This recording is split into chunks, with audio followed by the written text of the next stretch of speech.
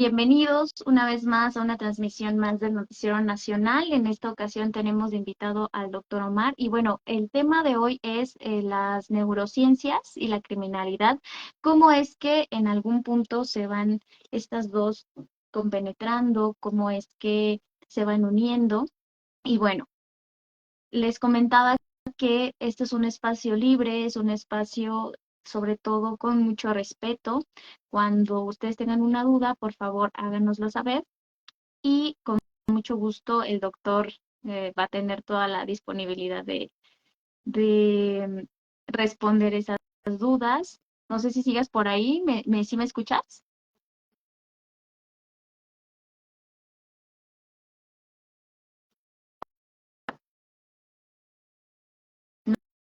Nosotros, bueno, no sé, yo no te veo ni te escucho. Por favor, danos una señal de vida.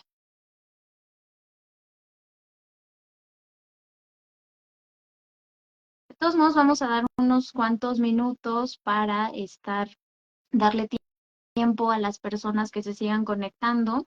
También mencionar de igual manera que tenemos muchos colaboradores de muchos lados, en diferentes ramas, en el área de ciencias forenses, puede ser de derecho, criminología, también tenemos de psicología forense. Entonces es importante que ustedes, si tienen algo bueno que compartirnos, que quizá sabemos que en este mundo a veces las revistas, las editoriales, muchas veces no dan como ese espacio para, para nuevas personas, para compartir este conocimiento. Em, Claramente no hay ninguna cuota, incluso que perseguir, simplemente es el conocimiento por ser el mismo, ¿no? Por compartirlo, por que llegue a otras personas. Hemos sacado proyectos bastante interesantes acerca de estos temas, que bueno, se va haciendo una red de profesionales y eso es lo bonito, ¿no? Lo interesante de esta parte. Doctor, ¿nos escucha? Perfectamente bien. Ok, bueno, por aquí yo no te veo, no sé si los demás nos puedan indicar si ustedes sí logran ver al doctor ahí en la pantalla, si nos puedan por ahí decir. Y bueno, les comentaba que en esta ocasión vamos a hablar de las neurociencias y la criminalidad, que básicamente es un tema que últimamente se ha puesto, vamos a usar la palabra incluso de moda, incursionando en el área de derecho, en el área de psicología. Entonces, creo que es bastante prudente empezarlo a ver, ¿no? Desde tu perspectiva, sobre todo. Se ven ambos, ok, perfecto. Muy bien. Entonces, vamos a iniciar. Me voy a permitir, por favor, dar una semblanza curricular del doctor. Entonces, bueno, primero que todo, bienvenido, doctor. Gracias por acompañarnos, por estar aquí. Lo presento. El doctor, un poco hablando de su carrera, es un médico cirujano egresado de la Universidad de Anáhuac con una maestría en neurociencia experimental y clínica por la Universidad de Murcia. Tiene una especialidad en epidemiología y salud pública por Johns Hopkins University, experto en medicina forense y criminalística por el Centro de Formación de Estudio Criminal en Barcelona y certificado de psicopatología forense y sistema de justicia. Se ha desempeñado como perito en medicina forense en la Fiscalía General de Justicia y en la Ciudad de México, y como perito particular en medicina y psicopatología forense en Latinoamérica. Él ha sido catedrático de Neuroderecho y Psicopatología Forense de la ONU, UNITAR, eh, CIFAL Argentina. Es docente en el Instituto Nacional de Ciencias Penales, así como conferencista y capacitador a nivel nacional e internacional. Es embajador actualmente de vinculación internacional en neurociencias del Colegio Nacional de Abogados Penalistas y miembro fundador de la Fundación para el Avance de las Neurociencias Aplicadas al Derecho, la Ley y la Justicia. Doctor, muchísimas gracias por acompañarnos y bienvenido a este que a partir de ahora y esperemos que para mucho tiempo, pues este es su espacio. Muchísimas gracias, maestra Nadia. No, sin duda un gusto estar aquí usted dialogando de este tema que, como bien menciona, ha tenido un auge y un crecimiento muy importante, no solamente en el ámbito forense, sino en diversas áreas sociales, educativas e incluso educativas, que tienen una permeación bastante importante. Entonces, este diálogo que bien menciona entre las ciencias jurídicas y las ciencias médicas, en este caso la neurociencia, pues nos brinda un puente importante, y eso hago mucho hincapié, no para justificar o no para hacer una apología de la conducta delictiva, no para hacer un enfoque sociobiologista de querer racionalizar y explicar todo a través de la neurociencia. Algo que debemos tener muy claro es que la neurociencia no es la panacea del sistema de justicia, pero sí nos brinda una gran cantidad de herramientas y posibilidades para dos enfoques primordiales que busca la psicopatología forense, desde un punto de vista que es la prevención y el enfoque terapéutico. Esto justamente a través desde la justicia y a través de la justicia restaurativa. Entonces creo que este diálogo, esta charla que vamos a tener va a ser muy enriquecedora para poder aclarar algunas dudas, explicar lo que es y lo que no es las neurociencias forenses y para qué se puede y para qué no se debe de ocupar. Sí, claro que sí, creo que es importante dar justamente esta aclaración porque hemos visto algunos comentarios, ¿no? Sobre todo como dando hincapié a esta parte un poco reduccionista, ¿no? Del comportamiento criminal, es decir, que dicen, bueno, pues hay otros factores más allá de la parte biológica, de la parte neurológica, y quizá por eso muchos profesionales todavía seguimos teniendo algunas reservas con respecto a la neurociencia, pero bueno, qué mejor que tú para explicarnos que eres el experto, pues está, para empezar, definir eh, qué papel juega la parte médica, enfocándonos a lo neurocientífico, y cómo es que se correlaciona con la criminalidad, o sea, en qué momento, qué sucedió y por qué justamente es tan importante tú como experto que nos expliques esto para nosotros poder entender y dejar un poco de satanizar o verlo tan reduccionista, eh, eh, que meta como la mano la neurociencia en, pues finalmente en esta parte que también es de ciencias sociales, ¿no? La psicología, la criminología, si nos puedes explicar un poquito de eso. Claro que sí, con mucho gusto. Sin duda, el enfoque que tiene la neurociencia forense, la psicopatología forense, es uno primordial. El ser humano no solamente se compone de una esfera biológica, también contempla la esfera social, la esfera espiritual y también la cuestión de la esfera, en este caso, psicológica. Contemplando este precepto o este punto, y lo traza la OMS, es que la neurociencia brinda una explicación.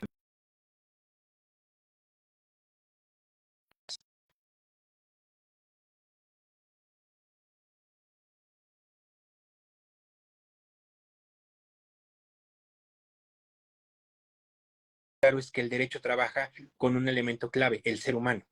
El derecho no existiría sin la evaluación del ser humano, porque un acto delictivo, un acto que la ley pudiera señalar como un delito, indudablemente se hace a través de una persona. Entonces, el entender cuáles son estos factores o estos elementos que participan en la disrupción del comportamiento, porque algo que debemos de tener claro, la cuestión sacando procesos psiquiátricos o ya, digamos, anomalías en este sentido de índole, como podría ser una psicopatía, una esquizofrenia, que ya son enfermedades propiamente dichas, indudablemente, en este sentido, el precepto de violencia, el precepto de la disrupción de la conducta, no pasa de un momento a otro. Indudablemente hay una evolución donde una persona con determinadas características está expuesta a diferentes factores sociales, culturales, incluso alimenticios, psicológicos y una gran cantidad de elementos que van afectando ya sea a favor o en contra el desarrollo de la persona.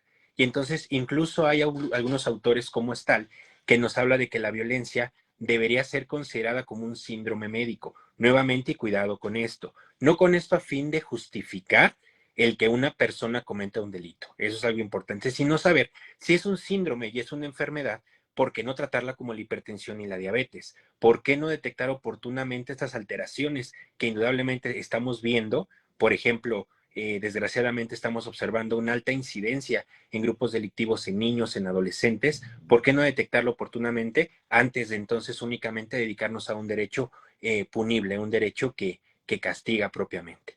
En este sentido, esa es la vertiente que nos traza, o una de las vertientes que nos traza la neurociencia.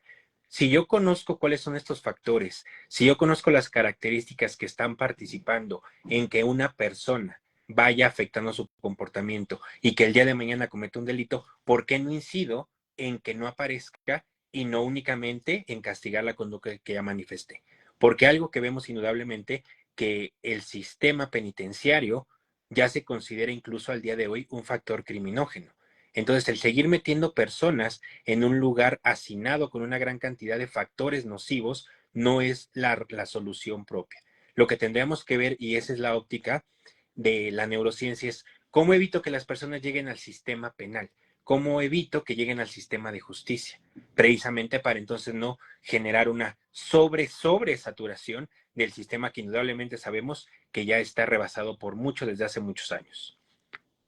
Claro, ok. Entonces, vamos por partes. A lo que estoy también entendiendo es que la violencia finalmente, según la neurociencia, sí se puede empezar a detectar e incluso hay algunas diferencias, ¿no? Es lo que te estoy entendiendo. Entonces, ¿cómo es que se detecta a nivel neurológico que una persona pudiera llegar a ser violenta o ya es violenta? O sea, de qué depende? Y si este tipo de violencias, porque no vamos a hablar de una, hay muchísimas, ¿no? Empezando por la psicológica, la económica, etcétera, obviamente la física. ¿Existiría incluso algún tipo de diferencia entre una y otra? ¿O finalmente a nivel neurológico está dañada la misma parte? ¿O cómo se diferencia esta situación de respecto a la violencia y el comportamiento? Claro, aquí el primer punto que tenemos que considerar, que la detección oportuna empieza desde afuera. ¿A qué me refiero con esto? Que tendremos que detectar precisamente cuáles son las personas que están expuestas a un entorno nocivo. Vamos a poner un ejemplo: diabetes. Una persona que tiene mala alimentación, que tiene obesidad, que no hace ejercicio, que vive con altos niveles de estrés, sabemos que es una población que indudablemente puede desarrollar en 1, en 2 o en 10 años diabetes, sin todavía yo saber, por ejemplo, cómo está a nivel interno. Entonces, lo primero que tendremos que ver es una óptica macroscópica para saber esta población que está en riesgo, para poder ir detectarla y hacer lo que se le llama un tamiz para la detección oportuna. Vamos a poner otro ejemplo. Sabemos a nivel médico, que es algo que siempre menciono, el derecho tiene mucho que aprender de la medicina. ¿Qué es lo que pasa? Mujeres de 40 años se hacen mastografías, no porque todas tengan cáncer, pero sabemos que hay factores de riesgo que indudablemente empiezan a aparecer en ese momento. Entonces, si observamos a nivel social cuáles son las zonas geográficas, las zonas sociales o ciertos grupos, digamos, específicos, por decirlo así, que tienen factores de riesgo grandes, pues empezar a detectar estas alteraciones. Eso a nivel, digamos, educativo, a nivel familiar, que ahí es un tema y un tabú importante, el cómo explicar a la sociedad, porque un criminólogo podría o debería a lo mejor evaluar a los niños o adolescentes en una escuela, que es otro tema, las políticas públicas de detección oportuna. Es un primer punto. Segundo, ¿qué alteraciones? Indudablemente sabemos y platicábamos que el síndrome, considerando esto de la violencia como un síndrome, no aparece a los 30, a los 40 años. Incluso se sabe que empieza desde la gestación. Entonces, hay un proceso que se llama el neurodesarrollo, que es el proceso mediante el cual el cerebro de una persona va madurando, se va adaptando y va creciendo y va aprendiendo cosas durante su entorno y a lo largo de su vida. Esto indudablemente va a estar expuesto a diferentes factores, buenos o malos. Buenos, que van a promover, van a ayudar y van a generar un ecosistema donde el cerebro de la persona se va a desarrollar de manera sana. Pero ¿qué pasa entonces cuando esta persona está expuesta a un entorno nocivo, social, económico, cultural, alimenticio, inflamatorio y una gran cantidad de factores? Este neurodesarrollo se va a hacer de forma inadecuada. ¿A qué me refiero a grandes rasgos? El cerebro tarda más en madurar, el cerebro no hace las conexiones adecuadas, entendiendo el cerebro como un cableado de una gran cantidad de cables que se llaman neuronas, estos cables van siendo menos o van siendo de menor calidad. Entonces, indudablemente, el funcionamiento de este cerebro no va a ser, digamos, sano o no va a ser óptimo. Entonces, indudablemente, si todo esto lo vamos viendo a nivel exponencial o a nivel transfictivo, y siguiendo este mismo razonamiento, ¿cómo esperamos que este cerebro que está inmaduro, está desarrollándose mal, no se está conectando, está creciendo más pequeño? ¿Cómo va a trabajar este cerebro? Indudablemente mal. Y no con esto quiero decir que necesariamente este cerebro va a cometer delitos a los 15, a los 18, a los 40 años. No, pero el proceso o los sistemas que conocemos como neurocognitivos o neuropsicológicos no van a ser los adecuados. Entonces, ¿qué vamos a esperar el día de mañana de este adolescente o de este adulto? Cuando indudablemente en la época o en la etapa en que este niño o este adolescente tuvo que haberse desarrollado óptimamente, no lo hizo. Y aquí viene una pregunta que genera mucho debate. ¿Por qué juzgamos o por qué castigamos a una persona que no le garantizamos como sociedad, como gobierno, como familia, un neurodesarrollo adecuado? Si lo vemos desde este punto, estamos revictimizando. Incluso hay unos documentos, los invito a que los revisen, que se llama Reinserta, que un adolescente en entrevistas que le hacen es, eh, a ver, su señoría o con quien esté hablando, ¿por qué me están juzgando por algo de lo que a mí no me cuidaron? Fue lo que aprendí a hacer. Cuando se preocuparon porque aprendiera algo distinto y por qué ahora me están juzgando por esto. Entonces creo que desde esa óptica, más allá nuevamente de justificarlo, tendríamos que ver qué está faltando hacer o qué podemos hacer mejor, que indudablemente sabemos que este sistema punitivo, pues desgraciadamente no ha logrado el objetivo toral, que es la reducción de la reincidencia delictiva o indudablemente de la incidencia de delitos en la población. Ok. Ahora, me parece muy interesante porque efectivamente creo que empezamos a quitar justamente este tipo de tabúes o prejuicios que tenemos acerca de las neurociencias que pensamos que quizá no están abarcando lo suficiente como otros aspectos culturales, ambientales, etcétera. Ahora, tú nos mencionaste hace rato que la detección temprana es fundamental y es importante. ¿Cómo se detectaría este tipo de anomalías tempranamente? O sea, ¿de quién sería la responsabilidad? Hablaste, incluso tocaste un poco esta parte de las escuelas, ¿no?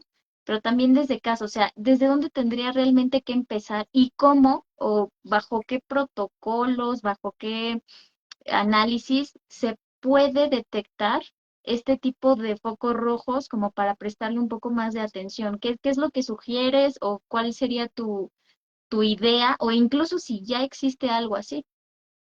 Claro, aquí tendríamos que ver el alcance que le pudiéramos dar, por ejemplo, lo que mencionas, porque si lo vemos de un enfoque, puede ser a términos estadísticos del micro o macroecosistema. Vamos a poner un ejemplo. Una detección oportuna pudiera ser primero en personas que no han cometido un delito, pero que están expuestos a factores nocivos.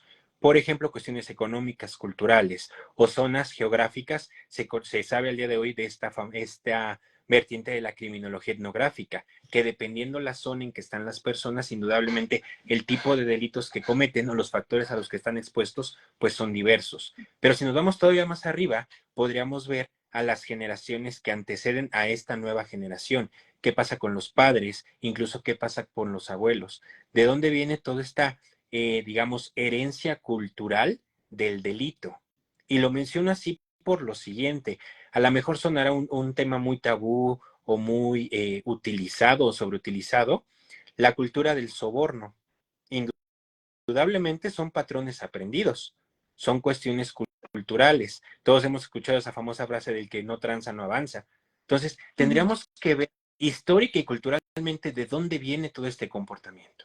Ahora, si vamos más específicos, algunos proyectos que se han hecho, por ejemplo, en Canadá, en España, en Australia, lo que se han hecho es estudiar poblaciones con altos factores de riesgo. Por poner un ejemplo y tratando de traspolarlo, zonas con un nivel socioeconómico bajo, con un bajo acceso a la educación y que incluso que eso traspola a que tienen un mal acceso a la salud, que tienen un mal sistema nutricional, que tienen indudablemente una disfunción familiar mala, porque sabemos que un problema mayor va llevando a fracturas o a una mala interacción familiar de forma indudable. Entonces, ocuparnos en atender a estas poblaciones que están más vulnerables. Y con esto mucho cuidado. No quiero decir que en los estratos altos no haya delito. También en zonas donde hay alto poder adquisitivo, donde no tienen aparentemente estos problemas económicos o culturales, también se cometen delito. No casarnos con la idea que las zonas marginadas son las que cometen delito y las zonas de alto poder adquisitivo son las víctimas. No. Entonces tendríamos que verlo. Entonces, bajo este enfoque, detectar primero esta población con estas características. Segundo, pues indudablemente saber qué tipo de instrumentos desde la neuropsicología forense nos ofrece para la detección de alteraciones como puede ser proceso de toma de decisiones, impulsividad, empatía, para saber qué repercusiones está teniendo en estas personas el estar en este entorno. ¿Y esto para qué? Indudablemente el otro enfoque, como mencionaba al inicio de esta charla, el enfoque terapéutico. Bueno, ya lo detecté. Ok, aquí está la población que está en riesgo, aquí está la población que está manifestando síntomas tempranos.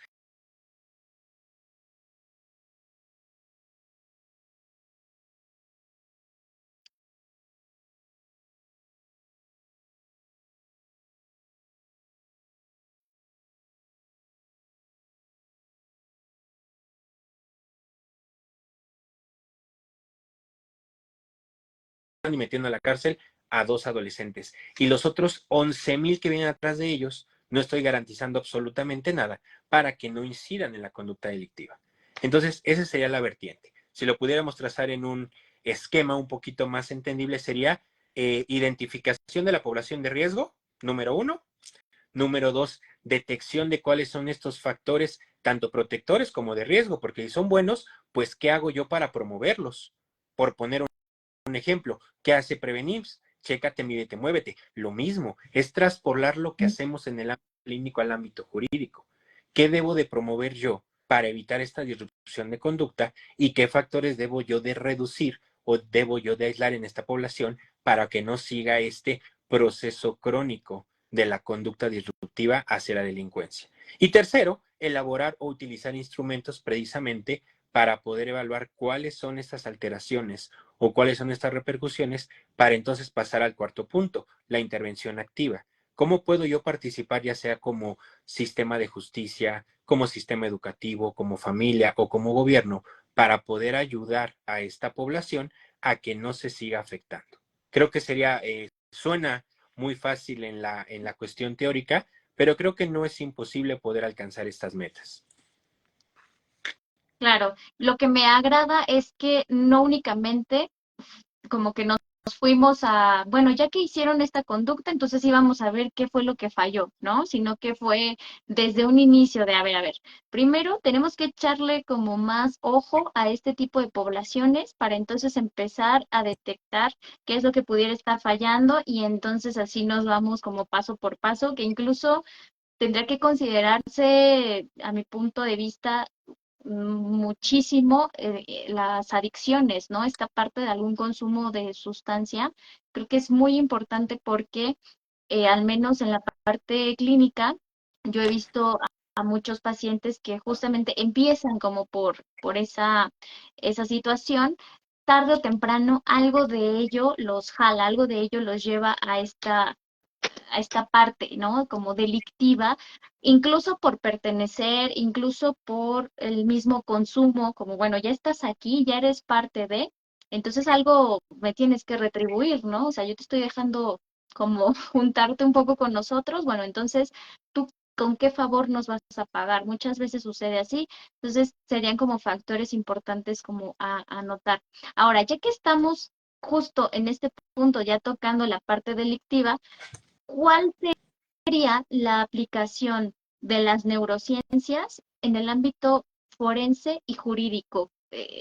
¿Cómo lo ves tú o cómo se trabaja actualmente? Claro que sí. Aquí el punto de la neurociencia, como mencionaba al principio, tiene dos. Si lo hablamos en el ámbito jurídico, que es en la fase intermedia, la evaluación holística.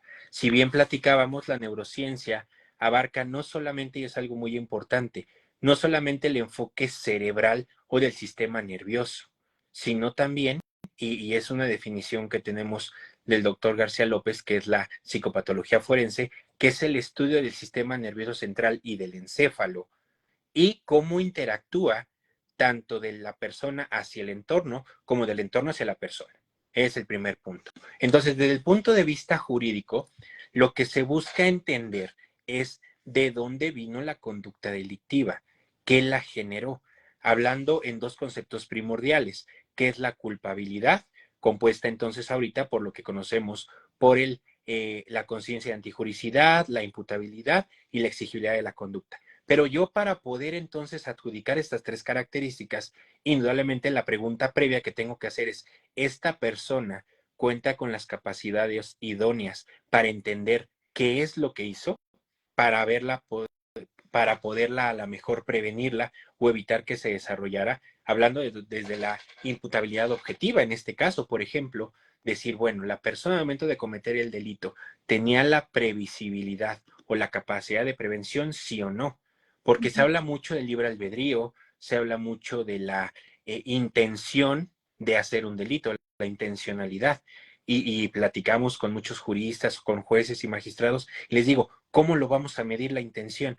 Yo tenía 80% de intención de matarlo y 20% nada más de espantarlo. No es algo que yo le pueda dar un valor numérico o un valor evaluable en ese sentido. Pero si yo entonces, y que es uno de los elementos que nos brinda la neurociencia, yo le digo, a ver, esta persona en su capacidad de toma de decisiones, de valoración del riesgo, de razonamiento, de atención, de memoria, de impulso, esto está bien, esto está mal y esto no está trabajando de manera adecuada, entonces ya con estos elementos, y eso es algo muy importante, no busco yo como psicopatólogo o como neurocientífico forense el decir si la persona es culpable o inocente, sino que, a ver, las pruebas que tenemos, y eso es algo importante, son pruebas medibles, comprobables y reproducibles.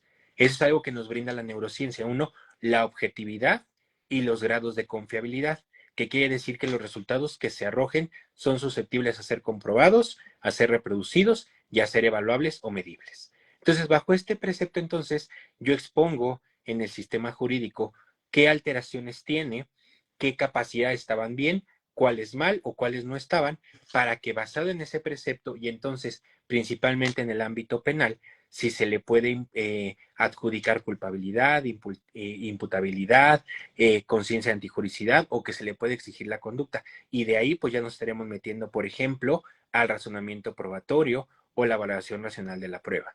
Pero algo que sin duda nos debe quedar claro que la neurociencia, uno, no nos va a dar todas las respuestas, pero sí nos da elementos medibles para poder exponer cuáles son las características de la persona que yo estoy evaluando y si tenía la capacidad de realizar el acto, si tenía la capacidad de prevenirlo, si tenía la capacidad de preverlo y si no, qué está pasando. Y si sí la tenía y aún así eligió libremente hacerlo, ¿cómo puedo yo incidir positivamente para que no lo siga haciendo?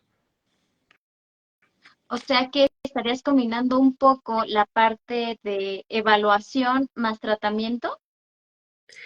Es algo bien importante, porque sin duda, ¿qué es lo que pasa? El enfoque, ahora el otro engranaje, el enfoque terapéutico. Bueno, ya me dijiste tú como psicopatólogo que esta persona tiene alteraciones cognitivas, sociales, emocionales, etcétera. Ok, pero bueno, sí es imputable y sí le adjudico culpabilidad, de acuerdo. Pero ¿qué va a pasar entonces? ¿Qué voy a hacer después de aquí? El enfoque terapéutico entonces es incidir de forma positiva, no implica el que se le reste la punibilidad del acto, pero decir, ok, esto tiene una responsabilidad y lleva una sanción. Pero a la par entiendo que hay factores que llevaron a que tú cometieras ese delito y que indudablemente el solo meterte 10 años a un lugar hacinado, no mágicamente vas a salir curado de esas alteraciones. Entonces, ¿yo cómo puedo incidir de forma positiva y benéfica para que esas alteraciones que yo ya encontré no se sigan replicando o no se sigan cronificando en esta persona? Porque si no, Ok. entonces seguiríamos repitiendo el mismo patrón de hacer como que hacemos, pero que no hacemos nada. O sea que es una parte un poco más yendo hacia la reinserción. Justamente, ese es el otro punto, porque bueno, hemos pasado por una gran cantidad de conceptos, la reinserción, la rehabilitación, readaptación, pero creo que un punto importante sería la resignificación. Creo que es la palabra que tendríamos que entender, porque bueno, hay dos elementos y algo que tenemos que ser muy concretos en este sentido, que la población penitenciaria no está compuesta únicamente de personas que cometieron delitos, Claro. algo que tenemos que tener claro, pero que indudablemente esta población que ya entró a un sistema penal, ya llevó un juicio, ya tuvo una sentencia, ya ha estado 5, 10, 15, 20 años en un sistema penitenciario y él sin ser culpable, pero indudablemente Sí, esto va a generar una disrupción en el comportamiento. Traducción, ¿cómo va a entender esta persona a la sociedad? ¿Cómo le está percibiendo? E incluso cómo se está percibiendo a sí mismo. Ese por una parte. Ahora, supongamos personas que sí cometieron un delito, pero que indudablemente dicen por ahí el sistema penitenciario, pues es el día de hoy la universidad del delito. Entran porque se robaron una lata de atún y salen expertos en secuestro con especialidad en extorsión y maestría en violencia sexual. ¿Por sí, qué? Porque obviamente están dentro de un entorno donde estos factores sociales afectan el neurodesarrollo. Ese es el punto que hablaba hace un momento. El cerebro no deja de madurar y no deja de aprender. La pregunta que nos tendríamos que hacer es, ¿qué está aprendiendo esta persona? ¿Qué le estamos enseñando? Para que al momento de salir del entorno penitenciario se resignifique. Y hablo de resignificar, de decir, bueno, llevaste un proceso, cometiste un delito, tienes una historia de vida que no te define. Ahora, a partir de aquí, ¿qué vas a hacer? sí. Creo que es importante incluso que definamos la palabra de resignificación, porque es una palabra finalmente de connotación cognitiva, ¿no? Tiene que ver con estos procesos mentales.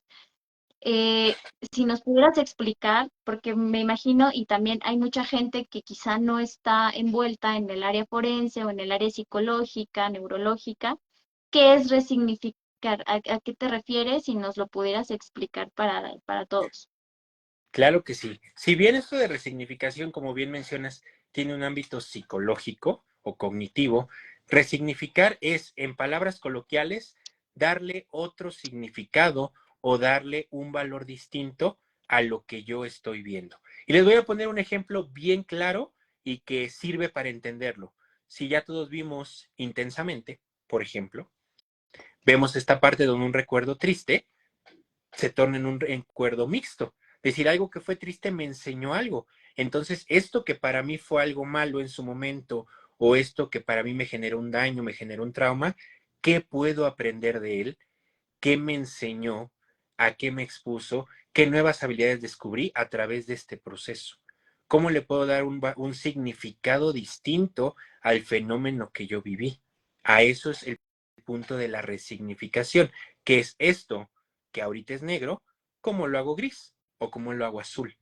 Y eso Ah, obviamente va a depender del contexto en el cual la persona esté, porque no es algo, a lo mejor aquí platicado suena muy bonito y muy fácil, pero lleva un proceso, pero precisamente para saber cómo abordar y cómo ayudar a estas personas al proceso de resignificación, tenemos que saber dos cosas, quiénes son y de dónde vienen, y qué les generó que al día de hoy estén en este punto. Para entonces, con estas características, como un rompecabezas, saber cuáles son las piezas que tenemos, cuáles nos faltan para armar un nuevo ecosistema y no una nueva persona, sino una persona con nuevas habilidades y un aprendizaje distinto al que se tiene en este momento.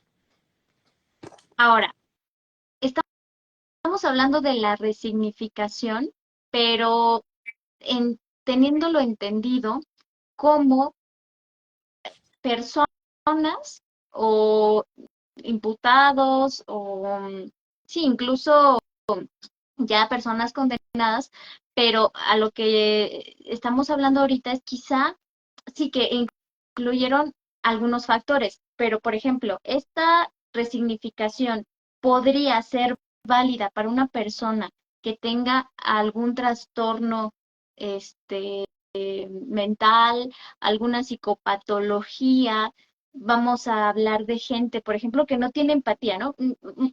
Hemos visto muchos casos, digo, tú y yo sabemos algunos casos bastante cercanos en donde a pesar de que las personas saben que hicieron algo, de que hay pruebas, de que te lo están demostrando, de que te lo están diciendo, de, oye, esto que estás haciendo está mal y definitivamente cae en la parte de la comisión de un delito y aún así es como, no, no, yo no hice nada, no, no, no, no, no, no, y quizás hasta hago apelaciones y no, a ver, espérate, cuando no hay ninguna conciencia o muy poca conciencia, muy poca empatía, cabría la posibilidad de algún tipo de resignificación en ese tipo de población ya con una psicopatología más marcada, eh, y vaya, no sabemos si en todos los casos con algún tipo de tratamiento, o sea, se podría.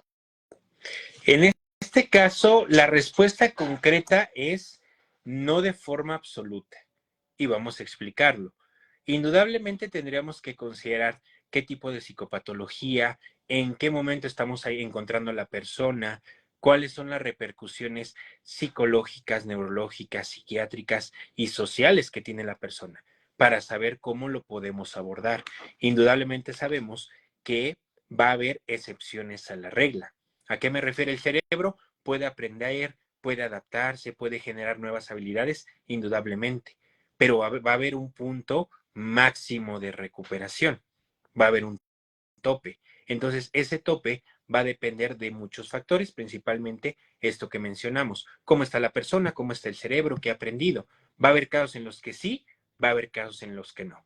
Respondiendo a la pregunta, si el trastorno de psicopatología es muy profundo, el daño anatómico, funcional e incluso genético es de mucha trascendencia, es muy probable que haya una refractariedad al tratamiento. ¿Qué quiero decir con esto? Que no funcione o que funcione por un breve corto de tiempo y que vuelva entonces a replicar la conducta o el comportamiento. Vamos a poner un ejemplo. Una persona que sufre un infarto cerebral podrá mejorar algunas funciones, podrá readaptarse a ciertas o a nuevas habilidades, pero el daño que está pues ya va a ser permanente.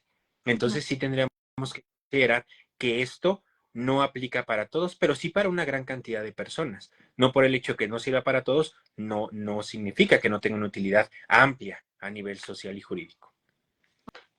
Ok, sí, sí, es importante abordarlo porque nuevamente suena muy bonito, sin embargo, ya en su aplicabilidad pudiéramos tener algunos sesgos en cuestión de alguna patología, ¿no? Incluso. Ahora, ¿qué implicaciones tiene la utilización de las neurociencias en el sistema de justicia? ¿Qué implica? ¿Realmente se hace, se pretende hacer, se está haciendo? Tú que estás pues muy adentrado en esta parte tanto médica como jurídica, ¿cuál es su utilización? En este caso sí, ya se está utilizando, indudablemente, porque bueno, todavía hay esta cierta renuencia a decir, bueno, es que cuándo se va a utilizar o qué riesgo va a presentar o para qué me va a servir, pero al día de hoy ya se utiliza. Desde mi experiencia particular, lo hemos utilizado en derecho familiar, derecho civil, derecho penal e incluso actualmente derecho laboral. ¿Por qué? Porque la neurociencia, nuevamente, no solamente es para explicar si una persona pudo o no cometer un delito. Vamos a poner otro ejemplo. Si la persona tenía la capacidad o no de emitir un testamento. Si la lesión de una persona que está demandando una lesión de trabajo sí genera repercusiones a largo plazo, hablando de una lesión nerviosa. Entonces aquí el alcance es mucho dependiendo obviamente de los objetivos que se tengan. ¿Cuáles ahora tenemos que ser nosotros que estamos en la primera línea los primeros detractores? Hay indudablemente, y lo hemos platicado ya en este tiempo que llevamos platicando, una neurociencia del derecho, pero nos falta un derecho de la neurociencia, indudablemente.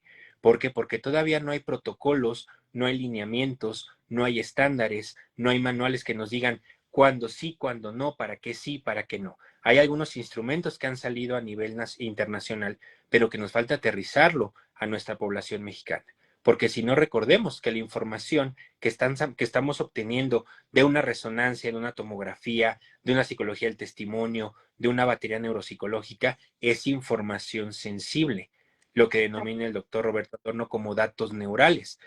Y los define así: qué sentimos, a qué le tenemos miedo, nuestros gustos, nuestros pensamientos. Es información que estamos brindando al sistema de justicia. ¿Cómo los vamos a proteger? ¿Cómo vamos a evitar entonces que esto genere y que lo establece este manual, una neurodiscriminación? De decir, bueno, una persona, y es un ejemplo muy claro que estamos llevando actualmente en los estados del sur, dice, bueno, me estás diciendo tú que la madre fue víctima de violencia y que el papá le quitó a los hijos. Ah, perfecto, me está diciendo que la madre tiene daño neurológico. Ah, pues no puede cuidar a sus hijos. Sí, fue víctima, pero ahora me estás diciendo tú también que la madre no puede cuidar a sus hijos, porque ya no tiene esa capacidad. No, espérate. Entonces, aquí estamos precisamente al no tener estos estándares o estos protocolos bien establecidos, podemos caer en un riesgo de la sobre o la mala utilización de estas herramientas. Entonces, Sí. sí, se están utilizando, pero nos falta establecer un marco normativo y aplicativo para que no trastoquemos otras áreas y que genere un perjuicio a la población, indudablemente. Claro, sí, sí, es muy importante esto que mencionas, creo que al menos no lo había considerado, pero justamente es algo de los temas importantes que se abordan acerca de la neurociencia que se mete en varias em, disciplinas o ciencias, porque dices, bueno, es que también llega a ser peligroso, ¿no? Incluso podría ser, y me gustó mucho ese término, como esta parte de discriminación. Fíjate que yo lo he contado en algunas ocasiones, nos falta mucho incluso por abordar temas psicopatológicos, porque hay mucha desinformación. Por ejemplo, en otras áreas que no son específicas a la clínica, a la psicología clínica, sobre todo, hay mucho desconocimiento, incluso dentro de los mismos profesionales de las ciencias forenses. Escuchaba alguna vez a alguna criminóloga que decía, pues claro que pudo haber sido quien mató a esta persona, el niño, porque el niño tiene autismo. Y entonces de ahí ya dices, a ver, espérame, no, o sea, para empezar está siendo bastante subjetiva, no sabes probablemente ni siquiera qué es el autismo y entonces con base en ello, o sea, a lo mejor lo estamos viendo como una parte de coadyuvar y dar un tratamiento, incluso hasta reinserción, pero también se podría tomar como algún tipo de pretexto si es que esto es muy malentendido y eso es importantísimo que se hable y que se toque porque sí se podría llegar, incluso se hace con la psicología, ¿no? En esta parte de solamente porque es mujer, ella no puede violentar. Y claro que sí. O sea, los casos, te puedo decir que la mayoría de los casos que yo trabajo en la parte penal son muchas falsas acusaciones hechas por mujeres. Entonces, no por el hecho de verlas así, o sea, históricamente, y lo sabemos y lo hemos vivido, al menos yo, claro, claro que hay una desigualdad, hay una violencia muy, muy grave, pero eso no quiere decir que las mujeres tampoco sean instrumentos para la violencia en muchísimos casos, y eso hay que tener cuidado. Entonces, probablemente pasaría lo mismo o está pasando o pudiera pasar. Ahora, hablando de este tema, ¿cuáles serían los pros y los contras de utilizar justamente las neurociencias para la parte jurídica? Efectivamente, aquí creo que tenemos, siendo muy objetivos, un 50-50 de pros y de contras, indudablemente. Los pros creo que ya los hemos establecido en un sentido práctico. Nos permite entender quién es la persona, cómo está trabajando su cerebro, cuáles son estas afectaciones o repercusiones que pudiera tener desde un punto de vista objetivo, medible y reproducible. Es algo claro que para el sistema de justicia son pruebas que no son susceptibles a modificarse. Platicábamos en algún momento, bueno, yo puedo a lo mejor fingir una crisis de ansiedad, pero yo cómo puedo fingir cómo trabaja mi cerebro. No lo puedo modificar a que trabaje de una forma distinta. Punto número uno. Pero ahora es importante hablar de los contras. Ya hablamos de uno, que no existe una adecuada regulación. ¿Y qué pasa? Uno de los puntos primordiales o de los puntos más delicados que pudiera pasar, más allá de la mala utilización, sería la sobreutilización de la neurociencia o de las neurotecnologías, donde para todo yo quiera presentar resonancias, para todo quiera presentar tomografías, para todo quiera presentar electroencefalogramas, y no es así. Tendríamos que establecer justamente para qué lo busco, qué me va a brindar y si la información que me va a brindar es útil, hablando de la idoneidad de lo que estoy presentando. ¿Es idóneo o es útil el que yo le haga una resonancia a una persona que se robó una lata de atún porque no tenía para comer? Pues tal vez no. Me serviría una resonancia magnética en una mujer que ha sufrido violencia los últimos 15 años de su vida, indudablemente sí. Entonces tendríamos que ver precisamente los alcances y precisamente los protocolos para saber cuándo sí y cuándo no. Otro de los riesgos que platicábamos era la neurodiscriminación. Vamos a salirnos un poco del ámbito jurídico. ¿Qué pasaría el día de mañana que, por ejemplo, universidades para aceptar a estudiantes les hagan, además de las pruebas psicométricas, los exámenes de conocimiento, les hagan una resonancia magnética funcional y quien tenga la amígdala más grande y la corteza más chiquita, automáticamente los desecho? O personas que les haga, por ejemplo, un test para valorar depresión o ansiedad, como tienen un riesgo de presentarlo o lo presentan, lo descarto. Entonces aquí vemos que esta sobreutilización, por eso les decía, más allá de la mala, la sobreutilización pudiera generar un sesgo social importante. Entonces, creo que es importante saber hasta dónde lo podemos utilizar, para qué lo voy a utilizar y cómo lo voy a utilizar. Porque recordemos que la información que yo estoy brindándole, no solamente al juez, sino a las personas intervinientes, es quién es la persona. Hablando en un sentido filosófico, estamos hablando de lo que en esencia piensa, lo que siente, a lo que le tiene miedo. Y eso indudablemente es una información extremadamente sensible que puede ser mal utilizada si no se tiene cuidado en cómo se obtiene y cómo se resguarda.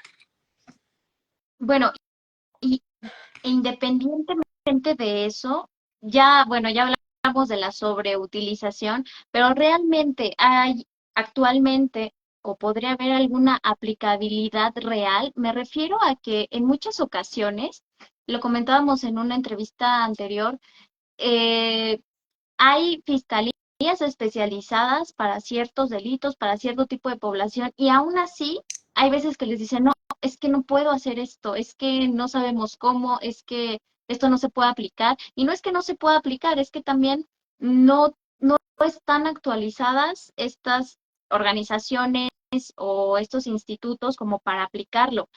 Y estamos hablando de capital humano, que incluso, vaya, el material que se pudiera utilizar no es como de alta tecnología. Estamos hablando de pruebas que quizá no son tan baratas, pero pues son aplicables, ¿no? Y que aún así se ciñen a ciertos protocolos de nada más tienes permiso de aplicar tal, tal y tal.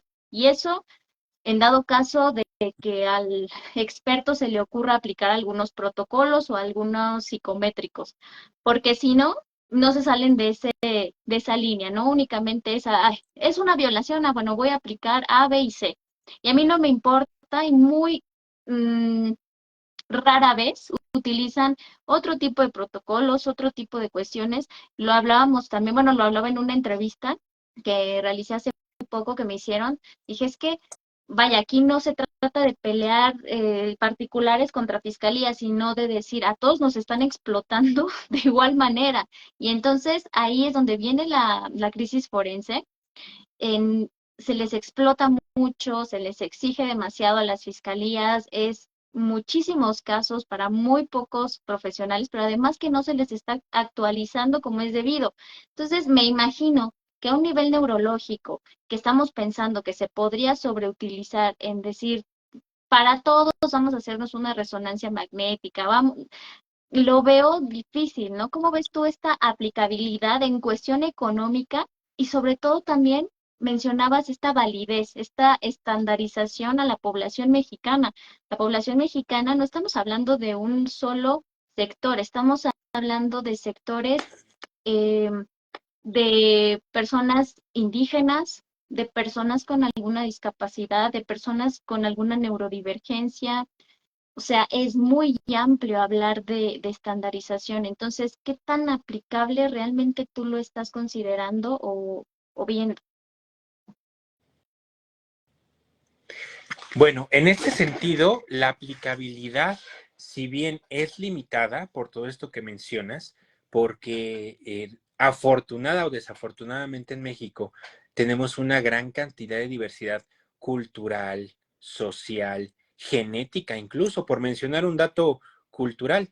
La población mexicana, particularmente la población oaxaqueña, es la que tiene más variaciones genéticas a nivel mundial. Entonces, imagínate las implicaciones que tiene una población que tiene una gran cantidad de variaciones de diversos índoles. Entonces, ¿qué se puede o qué se está haciendo? Indudablemente, faltaría entonces todos los estudios, todas estas pruebas que tienen su origen anglosajón, americano, europeo, que lo estamos utilizando indudablemente, tendríamos entonces nosotros que estandarizarlo y validarlo. Punto número uno.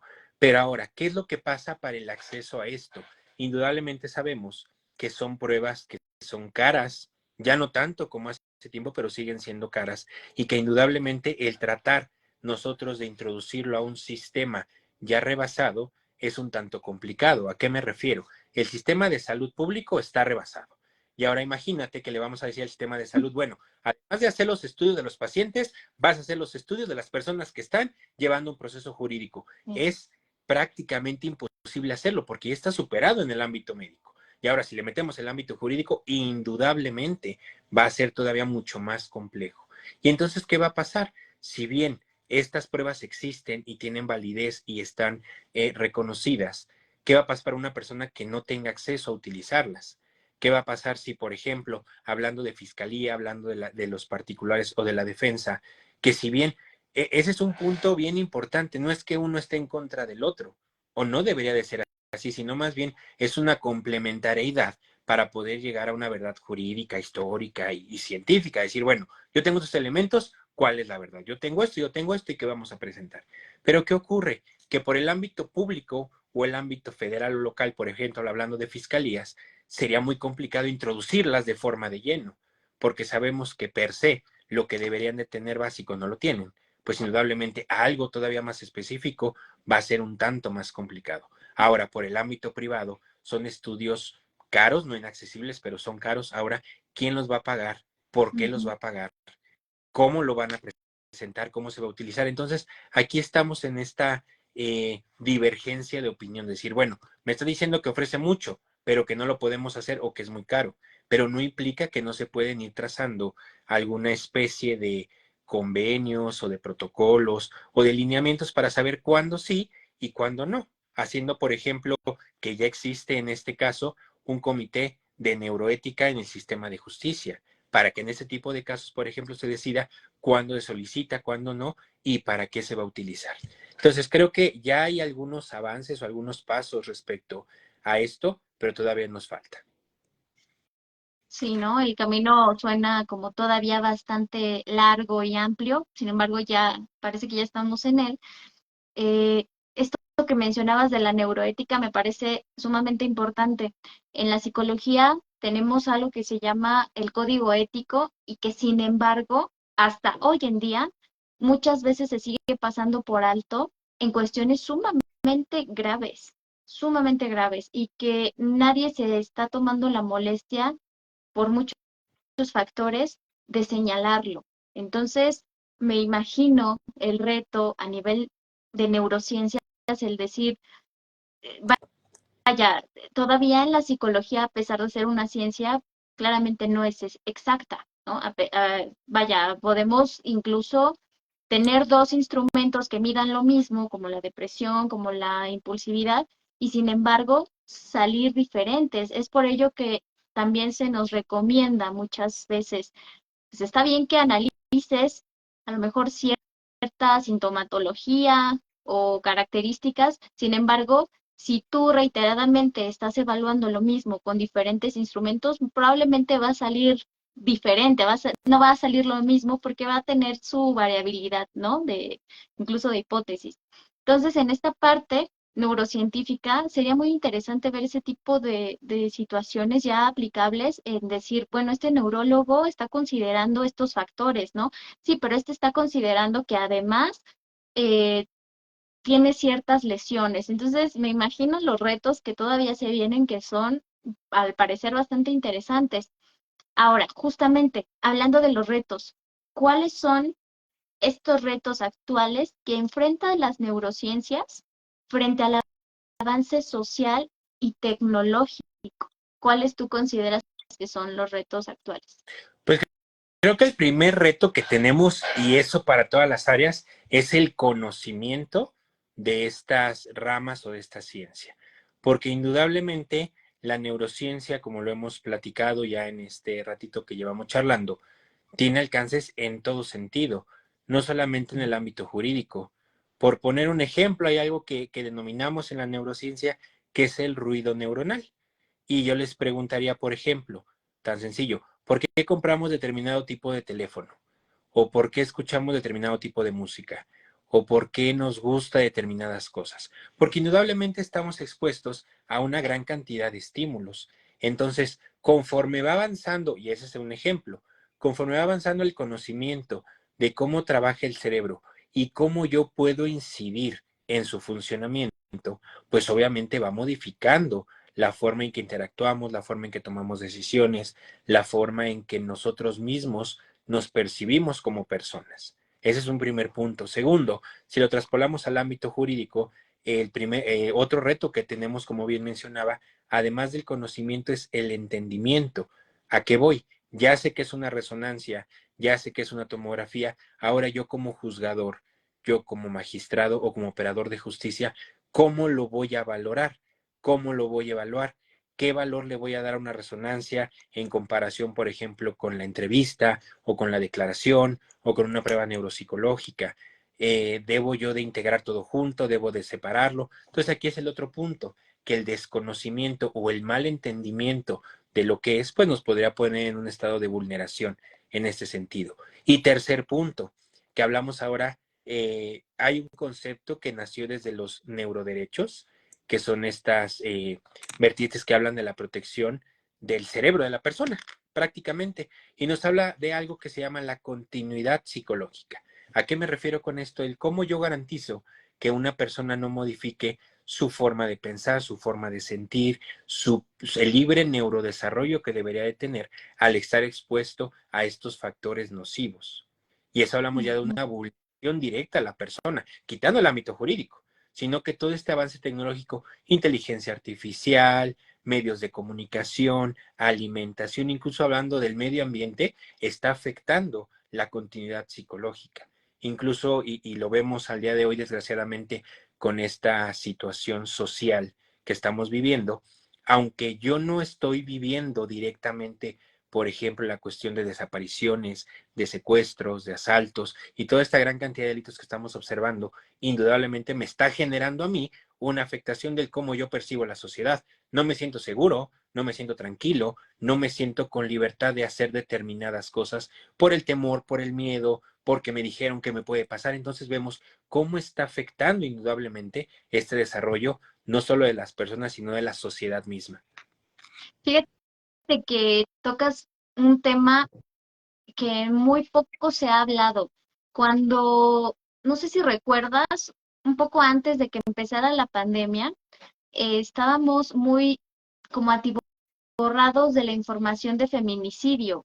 Eh, como mujer, viviendo en un país sumamente violento y en ese momento histórico, que bueno, lo seguimos viviendo, pero hubo como un boom así terrible de que diario estábamos escuchando feminicidios y feminicidios, sobre todo en el Estado de México.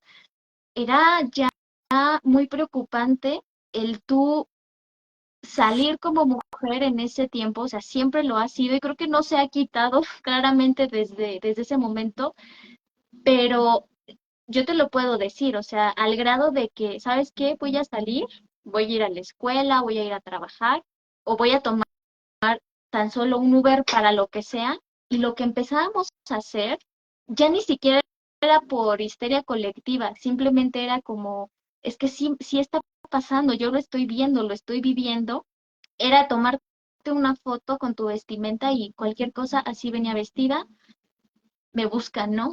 Les mando mi ubicación, les mando, entonces, qué triste es estarnos acostumbrando a vivir con miedo, estarnos acostumbrando a la violencia constante, que eso no es normal y lo hemos normalizado, pero no lo es y eso es sumamente triste.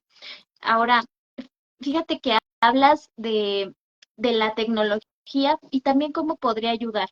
En la psicología, no sé si te ha pasado, también como médico, que a veces vaya, son medio tramposas, ¿no? Las evaluaciones, porque te dicen, bueno, por ejemplo, en la parte civil, hablando específicamente de daño moral, dice, pero pues la señora está muy bien, o sea, sí, mataron a su hijo, el camión de Sabritas, ¿no? Pero pues yo la veo muy bien, trabaja, sale a hacer sus cosas, cocina, bla, bla, bla, y dices, a ver, espérate, el hecho de que la persona tenga buenas herramientas de resiliencia, o sea, de poder salir adelante, de poder traspasar ese tope de problemas y que pueda ser funcional, no quiere decir que no haya tenido una vulnerabilidad en sus derechos o que haya sido víctima de algún delito o abuso. Y es totalmente diferente y muchos abogados como que de ahí se agarran incluso sus mismos peritos de,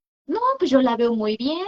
O sea, si realmente la señora estuviera afectada como dice que está, pues no andaría haciendo tal cosa, no andaría saliendo a trabajar. O sea, te quieren ver como en la cama podrida para que te crean que tuviste un daño. No, a ver, sí lo tuve, pero que mi nivel de resiliencia sea bueno, mi nivel de salir adelante, eso es otra cosa. Incluso la misma depresión se puede ver así. O sea, yo puedo seguir siendo hasta cierto punto funcional y eso no quiere decir que esté muerto por dentro, ¿no? Ahora, creo que respecto a estos temas, ya juntándolos, hablas de algo importante. Recuerdas a Piaget, ¿no? Piaget nos hablaba de la psicología evolutiva, de la psicología del desarrollo, y creo que incluso hoy en día esas teorías ya están más que rebasadas. O sea, tú ves a los niños, te comparas a ti, comparas a tus compañeros, a tus hermanitos, dices, no, nosotros no hacíamos esto. Incluso su manera de hablar, su lenguaje ha cambiado muchísimo. En esta parte de neurociencias, me imagino que va a pasar lo mismo, sobre todo con la mano de la inteligencia artificial. Se están desarrollando más rápido y con otras características los niños a una manera y a un avance que ya nos rebasaron las teorías, o sea, eso ya ni siquiera es aplicable. Te está diciendo la teoría que a los 12 años apenas está teniendo conciencia y casi casi que va abriendo los ojos, ¿no? Dices, oye, tengo contacto con ciertos niños más pequeños y ya te hacen un análisis de, ah, sí, no, mira, lo que pasa es que en este cuento, y dices, según mi teoría que yo aprendí hace años, esto no debería de estar pasando. Entonces, definitivamente se tiene que actualizar, tiene que revolucionar esto, sobre todo en las neurociencias como bien lo mencionabas, ¿y qué pasa si yo estoy teniendo algún avance hasta por una aplicación? Si estoy teniendo un avance por algunos, no sé si lo has oído, hay una terapia que parece ser que ha sido efectiva en personas neurodivergentes, que son como pequeñas estimulaciones a nivel cerebral para mejorar alguna sintomatología, ¿no? La memoria, etcétera, dependiendo de dónde te pongan los electrones, ¿no? Entonces dices, finalmente estás ahí combinando tecnología con un problema neurológico. Entonces, creo que es algo importante ya no pensarlo, sino qué vamos a hacer, porque esto va a rebasar en algún punto. No, indudablemente creo que algo que mencionas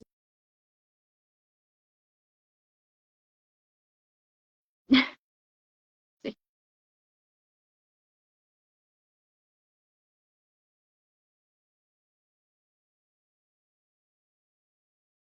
artificial ha permeado y algo bien importante y delicado sin nuestra plena autorización o nuestra plena reflexión de ello. Y no digo autorización, ¿por qué? Porque desgraciadamente lo hemos dado. Tan sencillo y tan simple. Cuando configuramos el teléfono y se acepta, las 898 páginas que trae, y le digo, sí acepto porque me urge utilizar el teléfono. Lo estamos aceptando, pero bajo plena conciencia o pleno conocimiento, entendemos lo que implica el autorizar usar redes sociales, el utilizar dispositivos, el utilizar medios de comunicación, porque, por ejemplo, hemos visto ahorita la inteligencia artificial, estamos utilizando Facebook. Hemos revisado Facebook para qué utilizar nuestra imagen. Si todavía somos dueños de nuestra imagen digital o no lo somos, entonces realmente estamos expuestos, si no tenemos este pleno conocimiento de las cosas, a, pues obviamente, nuestra autovulneración.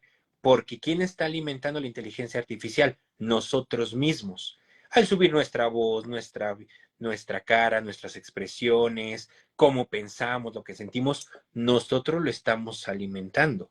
Aquí la pregunta es, ¿cómo está admitiendo o cómo está procesando esa información la tecnología?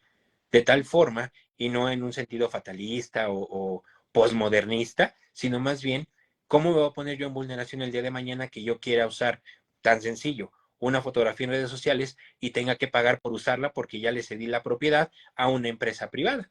Y no lo sabemos, porque por el tema de esta globalización tan acelerada que me urge llenar un formulario, me urge abrir una red social, me urge mandar algo, a todo le doy acepto, acepto, acepto.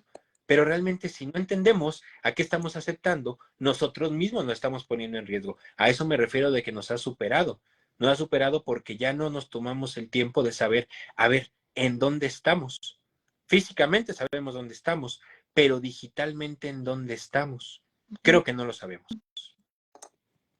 Sí, sí, efectivamente. Incluso vamos a ponerlo entre comillas, tratando de ser conscientes. Hay veces que la gente se le hace muy fácil subir algún tipo de información, algún tipo de contenido, sin tener conocimiento de qué te puede llevar, a qué repercusiones jurídicas te puede llevar después, y no tanto porque no lo desconozcas, sino dices, no creo que pase, ¿no? Pues es que sí va a pasar y sí puede pasar. Y eso te estoy hablando de un nivel de humano a humano. Ahora, de humano versus tecnología versus ya di mi consentimiento si ni siquiera leí que estoy aceptando.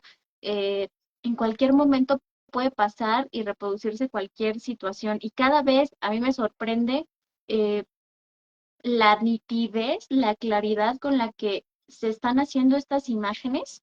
Cada vez es más difícil diferenciar entre inteligencia artificial y alguna foto o algún video. Claro, hay unos que es obvio, ¿no? Que dices, bueno, esto ya es una payasada, pero hay otros que realmente sí te dejan dudando de, ay, sí pensé que era real. A mí sí me ha pasado en algunas ocasiones que digo, yo ya no sé qué es real y qué no. También entra un poco este juego en la mente, ¿no?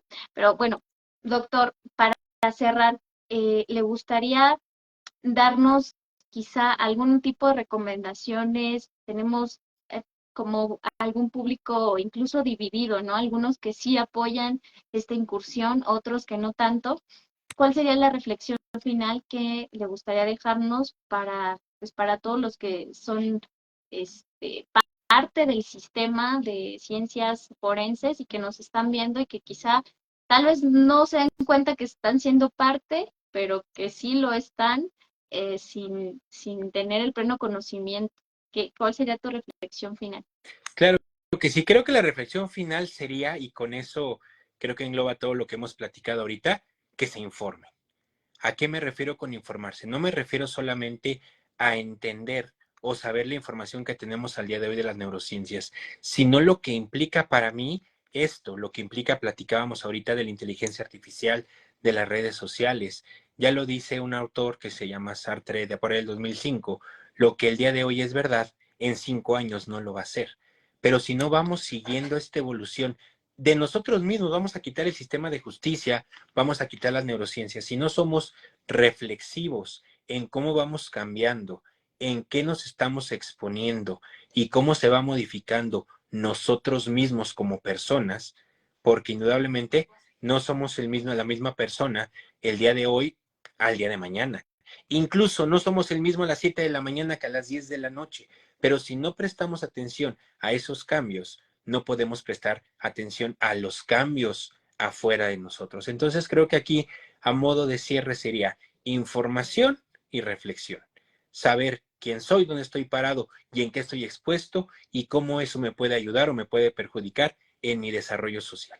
Y ya teniendo eso, pues cada quien en sus respectivas áreas de aplicación, derecho, criminología, psicología, medicina, sociología, y a lo que se dediquen, porque recordemos que todo lo que tiene que ver con lo que hacemos es el ser humano, y el ser humano tiene cerebro, y el ser humano tiene sistema nervioso. Entonces, indudablemente la neurociencia me puede servir o me puede perjudicar si no sé cómo aplicarlo o para qué me puede servir, indudablemente. Así es. Claro, sobre todo por las repercusiones, ¿no? Que esto pudiera conllevar, que incluso estamos siendo parte de sin darnos cuenta. Pues, doctor, yo te agradezco mucho que te hayas dado el tiempo para compartirnos un poco de este tema, de sobre todo tu experiencia. Yo espero que no sea la última vez que nos pudieras compartir un tema referente a las neurociencias, o bueno, tienes un currículum bastante amplio donde algunos temas son de relevancia actual y que sí me gustaría, no sé, el público también, qué opine, pues también tocarlos, ¿no? Y ya no nada más en torno a las neurociencias, sino incluso enfocarnos a su aplicabilidad, algunos temas, algunos casos que tú nos pudieras compartir, claro, con el debido conocimiento y autorización, pero incluso dando parte a los avances que se pudieran estar dando, para nosotros sería un gran placer tenerte de nuevo.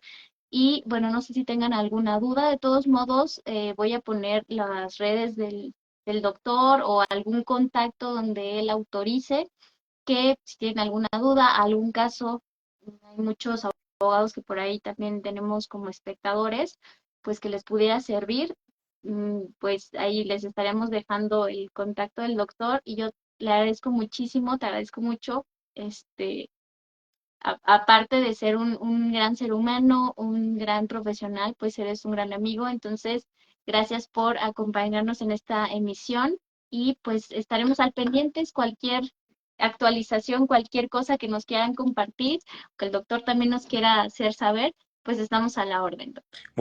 Muchas gracias. No, sin duda, creo que esta charla es el inicio de muchas otras que al final del día nos puede brindar, y no solamente en el ámbito jurídico, como platicamos, la neurociencia nos puede servir para muchas cosas. Entonces, no, yo aquí encantado de platicar contigo, siempre un gusto tener esta tertulita de debate, porque al final todo surge como una inquietud y como una duda, y creo que la innovación surge de la inquietud y de esta necesidad de resolver los problemas. Entonces, con todo gusto, en otra ocasión nos podemos encontrar, y muchas gracias a todos los que nos escucharon el día de hoy.